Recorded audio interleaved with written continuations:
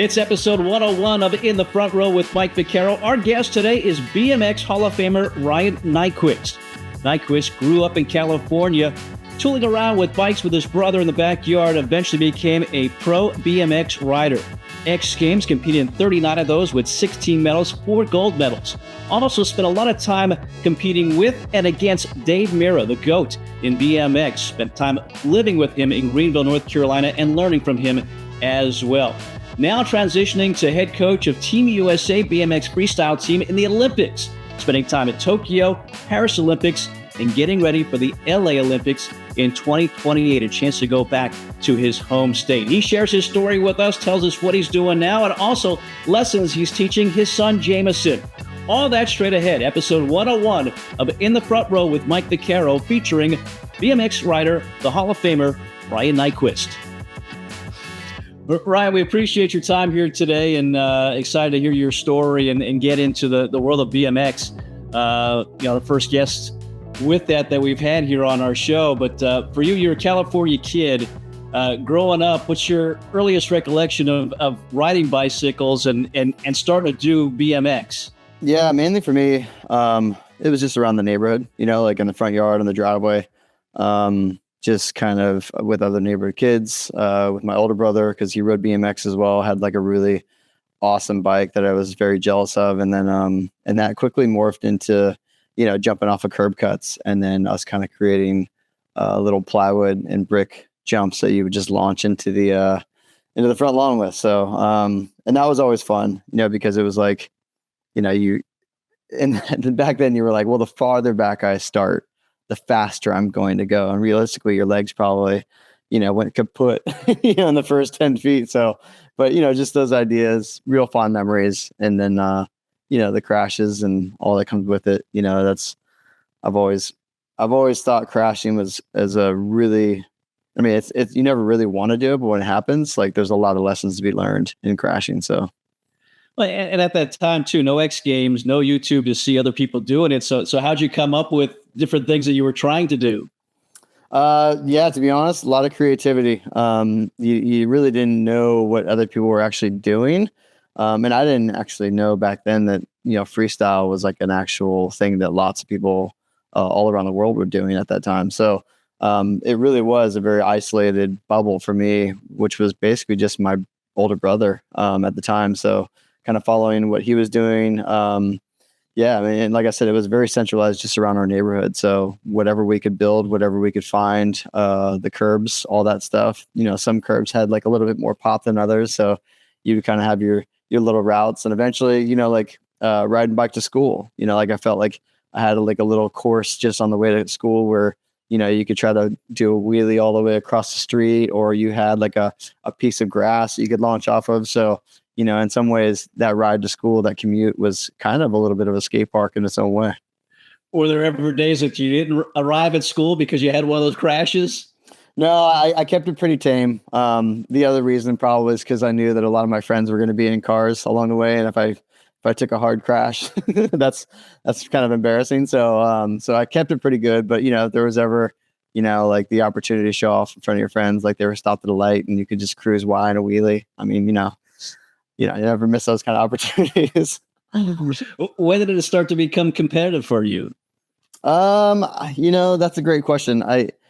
It wasn't until I was, I believe, 11 years old when I found, and I say found, but I was introduced to like a dirt jumping area where a lot of the locals for generations had been building jumps. And this wasn't anywhere close to me. So I, had to either find a ride there with my parents, or a couple times we rode there. And I feel like it was at least 10 miles away. So it wasn't like a very close thing for us to ride to.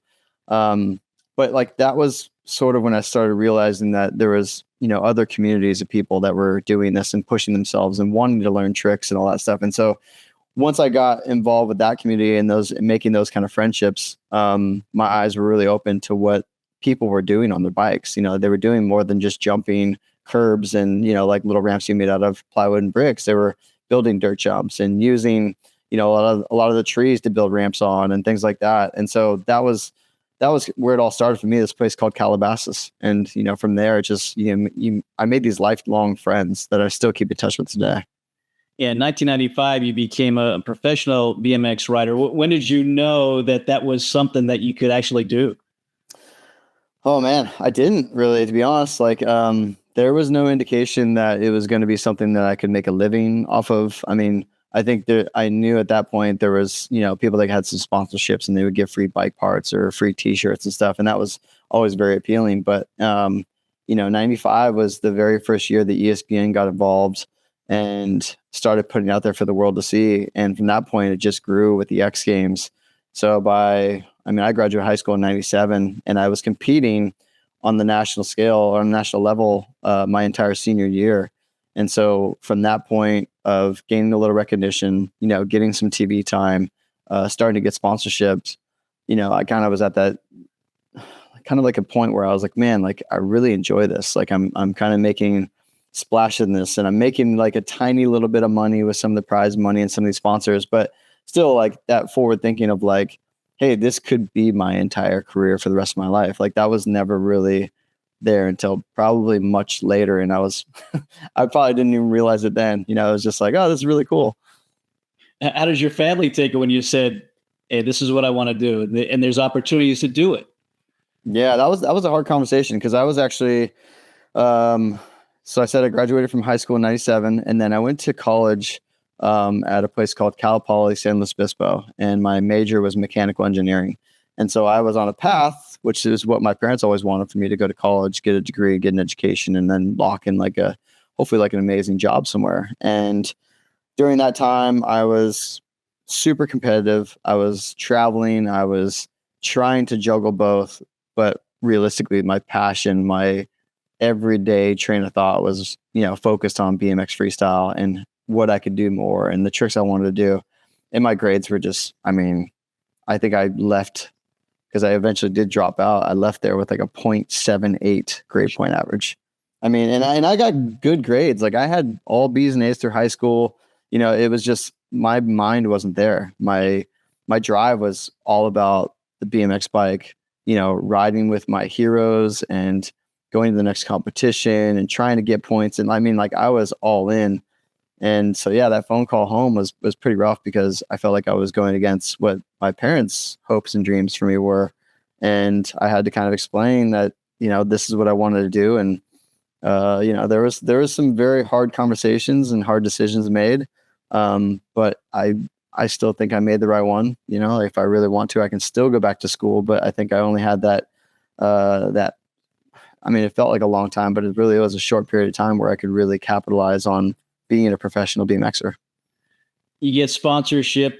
You're in the X Games in 1996. Is that kind of when, in your mind, you feel like you've arrived in the sport? Yeah. 96. I was still pretty young. I think I was starting to make a name for myself. I had some good placings. My first X Games was 97. And so that was like the first time that I was like really there. And I remember I got like a bronze medal and I was kind of an unknown. And that was a very weird experience because I'm on the deck with all these guys that I had magazine and photos on my wall and posters and, seeing them in videos and studying what they were doing. And just, I was a super fan. And so all of a sudden I'm on the deck with these guys. And then all of a sudden I'm doing better than them. And all of a sudden I'm like, they're looking at me like, who is he and why is he taking my spot? Kind of thing. And that's the way I felt. And nerves got to me that first one. And, but I realized right then, I was like, man, like, I think I could do something with this. I think I could take this as far as I want to go with it. And again, like, I didn't know what that meant, but I just knew that there was really good momentum. These contests were popping up all over the place. I had some sponsors that were really backing me and wanted me to be out there and riding my bike. And so I just, I feel like that, from that point on, I was on an upward trajectory as far as like my career, my placings, my sport, the sponsors, all that stuff. You say you're a fan. Who were some of the guys that you kind of admired that you looked up to, early on?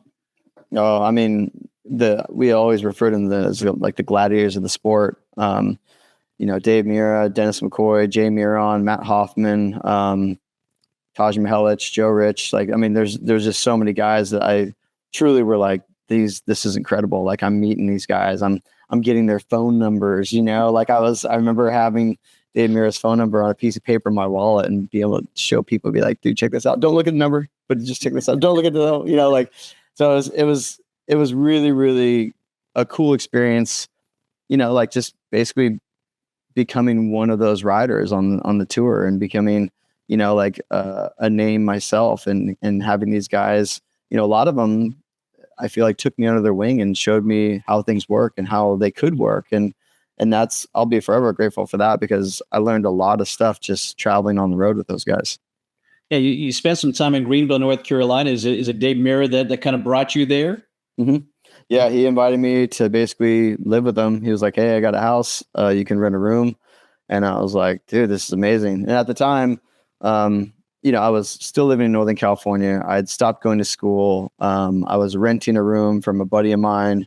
And, a lot of the people that I was riding with, like, were the guys that I grew up riding with. And so they slowly began getting jobs or were just doing it on the weekend or just using an excuse to hang out at the skate park and party. And I was so motivated and so just focused that I needed a different environment. I needed people that around me that were going to push me and I could push them and we could just drive each other to a level where we could succeed. And so I decided to make that leap and drove cross country and, showed up on his doorstep on my birthday in 1999. And it was just like, all right, here we go. And so from that point on, just riding with riders that were better than you or riders that were different than you. And, like meshing those styles and just seeing what was possible. Like it was, a pretty wild time, very wild time. Yeah, Dave Mirra, we lost him way too soon. And I know recently that they have a statue to him in Greenville. What does that tell you about the sport and kind of how he and you helped to elevate the sport? Yeah, I mean, Dave, above all, I think transcended outside of the sport and really became a household name. He was the face of the sport, the name of the sport. He was so successful with everything he did in the sport, especially just riding contests and tricks and inventing things. He pushed the entire sport to a different level that many of us benefited from. Like Dave and I, rode together a lot and we pushed ourselves to the point where we would enter a contest and we were 1 and 2. And it was kind of like trying to figure out who was going to get first. And well, that's really fun. It also, was, it became very competitive between the two of us as well, because when I finally got to a point where I was good enough to challenge him, that's a hard existence. This is your roommate, this is your teammate, this is also the guy you're trying to win and beat. So it's like, there's complications with that too. But realistically, looking back, it's like, we were riding and pushing each other so hard that like nobody could touch us. Yeah, when you're in that setting, not just with Dave, but with others, like you're friendly, but you've got a job to do, I guess, right? You're trying to win. So does it get a little competitive with rivals? Oh yeah. Yeah. I mean, it's, freestyle, BMX freestyle is such an individual sport, so like, even though we shared a lot of sponsors and things like that, like, when you drop in, you're riding against all your friends, all the people you train with. And so, yeah, it becomes very competitive and it's hard not to look at it as a complete and total competition. Especially, I mean, for me, I know Dave was this way too, but like, I'm insanely competitive. And a lot of it is kind of a competition with myself, I had a very high standard for what I wanted to achieve out there. And when I didn't get that reward, which a lot of times was first place, like second place felt like the worst thing ever. So yeah, like losing to guys that like rode with and stuff, and you wanted to be in that top spot. Yeah. I mean, it gets dicey, but I do have a lot of friends that I competed with on the tour for many, many years that, are still good friends. We remain good friends through that. We helped each other out. Like, like it sounds so crazy, but it's like, imagine dropping in to compete against somebody and then at the same time being like, hey man, can I tell you my run? Like, can I tell you what I want to do out there? And you can just tell me if it's okay. And I have probably a handful of guys that I would go to for that kind of stuff. And then at the same time be competing against them. So it's like, you're kind of showing your cards, but at the same time, it's like, you needed that reassurance or that help to get through that contest. Well, what was your edge? What got you over the top? What did you have that the other guys didn't have that got you to the top of the podium?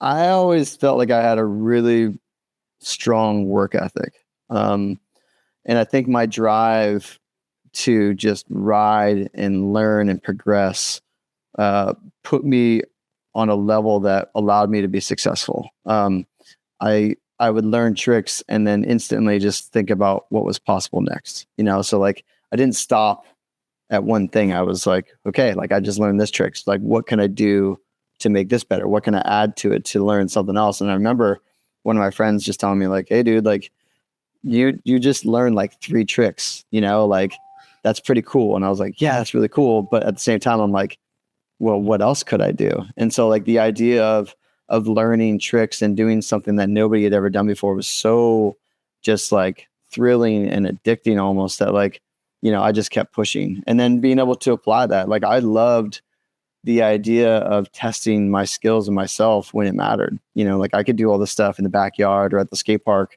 at my leisure. But when someone pointed at you on this specific day and you didn't sleep well, or, like maybe something wasn't agreeing with you, you ate on the road, but none of that matters. It's like, you're there to do a job and someone's going to point at you and say, do it now. I loved that. And I loved the idea that every single time that happened, it didn't matter what you did the contest before, because it was clean slate and you had to constantly prove yourself that you were, capable of winning or deserving of a top spot. What was your signature trick? Oh, I don't know. I mean, I had a lot of tricks through the years. I think I was known for doing a lot of, it's called bar spins, where you just go up in the air and you spin the bars around, but you can do that in a 360 spin. You can do it in a 720 spin. You can do it in a backflip. You can do it straight. So I loved that trick and basically applied that wherever I could. And so my tricks were very like spinny and all that kind of stuff. But yeah, I mean, I always had a different style. I always had like a different vision of what I wanted to do and what was possible. And I wasn't scared to explore how my bike was set up or have it look different or heavier or whatever, just to get these stuff done. So I was always, that whole process of progression and just learning new stuff was just fascinating to me. I'm sure tricks got bigger as you got older, from a kid to professional. Crashes probably got bigger as well. Do you remember some of the bad crashes? Oh yeah. I mean, you never forget those ones. But that's why you wear all the safety gear. I very rarely rode without a helmet. I very rarely rode without any kind of pads. And I basically contribute that to this long career that I've had, trying to stay as safe as possible. But yeah, I mean, sometimes you go for something and it doesn't work out, and, you find yourself on the ground and in pain, and it's part of it, like, I mean, to say that what we do isn't dangerous. I mean, everything is dangerous if you not paid attention. But for me, it was like that risk was completely, like outweighed by the reward of doing these tricks or, challenging myself. Like I said, like, can I do this dream run? Can I make this work when it matters? And so, like a lot of the injuries, you're off the bike for 4 weeks and right back on it, sometimes 3 if you really felt like pushing it. But yeah, in the long run, it's just like, I think, I don't know, BMX was such a creative outlet and such a passion for me that it didn't matter if I was going to get hurt, and I think, like I said before, it's like some of those lessons that you learn from falling, like a lot of people don't get that, like I laugh because there's still times when I'm riding in my backyard and I fall what would probably be the equivalent of just jumping out of a second story window. And I'm 45, like, and I just think about it, and I'm so happy when I like walk away or get up and I'm like, oh, okay. And I'm just thinking about like, what would average Joe, like, what would he be doing right now in the back? Like, he'd be laying there probably calling 911. And I love the idea that I've learned about my body. I've learned about my pain scale. I've learned to be able to calm down and take stock of what actually happened and then have that drive to get back up, like that perseverance, the no quit attitude. Like, I love that. And so even with my kids, I try to install that. It's like, hey, like they crash, there's tears. I check on them, make sure they're all right, slow the breathing down, and, just ask them, hey, what are you feeling? Like, what hurts? Point to what hurts. Is it more scary, or is it actually like bad pain? If I touch it, do you scream? Like stuff like that. But it's like, like so many people fall and they just get caught up in the moment because they're not used to doing that. And so I don't know, like, I don't mind failure. I don't mind crashing because there's a lot you can learn from it. Yeah. Your pain level is different than a lot of other people. I don't know, man. I was so many times I've wished that I could just like put myself into somebody else's body or have them in my body and have that, like that pain scale, that reference. And all I know is my body. And sometimes I wake up and my back's sore, and sometimes I feel amazing. I go in the backyard and I do something that surprises me. So, Well, what's the worst injury you had during your career? Gosh, there's been, I mean, like I tore my ACL on my left knee, and then I completely rushed through that process and then tore it again. And then I never got it fixed. And so I ride with a brace, and it's probably been, I don't even know, 15, 20 years since then. And so I just keep my legs strong. I keep active. I keep mobile. And so that one was rough, but I mean, like I broke my hand one time, and it was a compound double fracture, and I had to get surgery. And then it was like, I had so many complications that like I ended up being out for like 8 months. There was 3 surgeries involved. And it was all just because like I developed scar tissue so fast that they had to have a second surgery to like remove the scar tissue so my tendon can glide, so I could like move my finger. And then that one, the actual incision opened up so you could just see inside my finger. There was like a window right there, and you could just see everything moving. And then we had to do another surgery and take more scar tissue out. And then eventually that healed. But now it's like, I can't really make a fist. It's like, oh, sorry. It's like, that's as far as it goes. So, there's always little reminders of things that happen to you along the way. Well, there's also awards, some of them behind you there. 39 X Games that you competed in, 16 medals, 4 gold medals. Is there a particular X Games that, sticks out in your mind?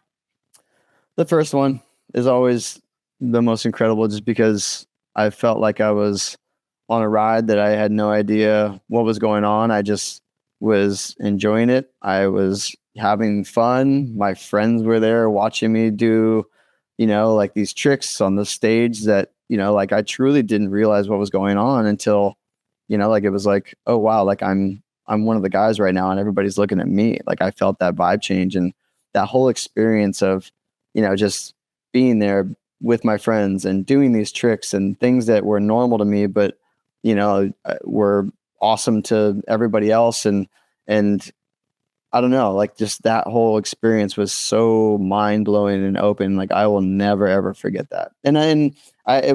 It's crazy. I walked away with a bronze, but it was a failure. Like I was destined, I was on a path with the tricks to get gold, and I crashed the last run and ended up with bronze. And even still, like that's my most favorite memory. Like that's the most incredible one for me. From BMX, you've kind of transitioned a little bit to mountain biking. What led to that, and what kind of enjoyment do you get out of that? Yeah, so I had a little stint there where I decided I was going to see if I could be a professional slopestyle mountain biker.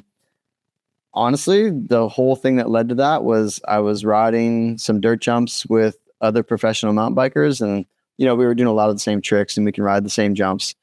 And I thought it'd be fun if I just hopped on one of their bikes and tried it. And it was like so humbling. Like the tricks that I could do nearly with my eyes closed, it took me like 9 tries to just do like a 360, and it was just crashing left and right. And it was a challenge that I hadn't felt in a long time. Just with my whole entire time of riding BMX, it was like, it was the same thing, but different. And it was challenging me. And I just remember being like, wow. And so every time I rode with those guys, I would ride my BMX bike, but eventually hop on one of their bikes for a while and try this stuff. And now right there was like, I related to kind of like if you were able to go back to high school with all the knowledge you have now, like how much would just rule? And that was like what I felt like I was doing. I was like, I'm taking a step back, but with the knowledge I have of years of riding bikes and how to do these tricks, and I have to just figure out how to navigate this again. And that was so just cool to me. And so I just took it upon myself to, take I think I took a whole entire winter, basically like pretty much a whole year of just like dedicating myself to that bike and dedicating myself to that contest series and getting the points needed to be able to get into that higher level one. And I just set a lofty goal for myself of, getting to the biggest contest that they ever had and just getting in the finals. And I did that. And then the next year I had a loftier goal of just getting there again. But like, I think I got 9th, and I was like, I just want to do better than 9th. And then I got third, and I was just like, I did it. Like, I can't believe it, but I did it. And then it was kind of a weird time because the Olympics was coming up for, BMX freestyle, and I wanted to be a part of that. And I was hoping I could have been an athlete in it, but so that was like another transition of like, oh, I accomplished my goal over here, and now there's a shiny bright thing over here that I wanted to go back to. And so, but that was such a cool experience, just meeting all those people, riding those courses, scaring myself to death. That was some of the biggest stuff I've ever jumped on a bike. It was so cool. Well, you mentioned the Olympics, not as a participant, but as the head coach of Team USA, the BMX freestyle team. Tremendous honor. How did that all come about? Yeah. So, I mean, I was really interested in trying to be an athlete, and I think I was like 37, 38 at the time. And so I was already at the tail end of what people thought was, like acceptable or what was possible for, age. But I was like, man, I think I can, but I think with my focus being so heavy on the mountain bike stuff and trying to make that switch back while I was still kind of a foot in each door, I didn't give it the dedication and time it needed. So it didn't pan out for me as an athlete. But during that time, I was interested in what the Olympics was going to do, with BMX freestyle. And I knew that a lot of these national governing bodies, especially in the USA Cycling, they needed people to help out with it. They needed people, to educate, to coach, to manage, teams. And so I did some cold calling. An old teammate of mine on the race side was in the BMX race position. So I had some good conversations with him, and I just sort of, like I said, just cold called and put myself in a position where if they needed help, they had my number. And when things didn't pan out for me as an athlete, I had already been kind of doing a little bit of like pro bono coaching with the women, because it wasn't like a conflict of interest, like trying to coach any men that I was competing against. And I found that to be very rewarding, like being able to help guide them through the process of planning a run, to help them progress their riding and learn tricks, and seeing them elevate their riding and get these podium places with my help was awesome. And I kind of wanted to put my foot in that door and see if that was something that I could be passionate as like a role for, sort of after being competitive in BMX freestyle. So when my path as an athlete didn't pan out, USA Cycling asked if I wanted to be the coach for not just the women, but the men as well. So it sounds weird, but it was kind of a plan B. So, but very cool. And it has been an honor and a pretty wild journey. Yeah, you did in Tokyo, most recently in Paris as well. Again, what was that experience like in Paris? Watching it, it just seemed like it was a great, setting everywhere you went for all the sports in Paris. What was it like for you and for BMX? Yeah, I mean, Paris was incredible. And I mean, as a contrast, we had Tokyo before, but Tokyo was just COVID ridden and a shell of what I've heard the Olympics were supposed to be. And so I was very excited to have Paris be COVID free, and we were going to have an audience and, like a crowd and cheering, and, like you wouldn't have to wear masks and all of the stuff that came along with that fun time. So, so it was kind of like, it was my second Olympics, but really my first one as far as, what it had to offer. And Paris did such a good job with how they set things up and the venues, and that city just has so much beauty and history, and they really did a good job of kind of setting that stage for the athletes and the venues. And it was a very cool experience. Couple of cool experiences the last 2 summers for you. Last year, it was getting inducted into the BMX Hall of Fame in Tulsa, Oklahoma. For a kid, again, as you said, you kind of learned on the fly in the backyard with your brother, and then to be a Hall of Famer in this sport. What kind of an honor was that? A huge honor.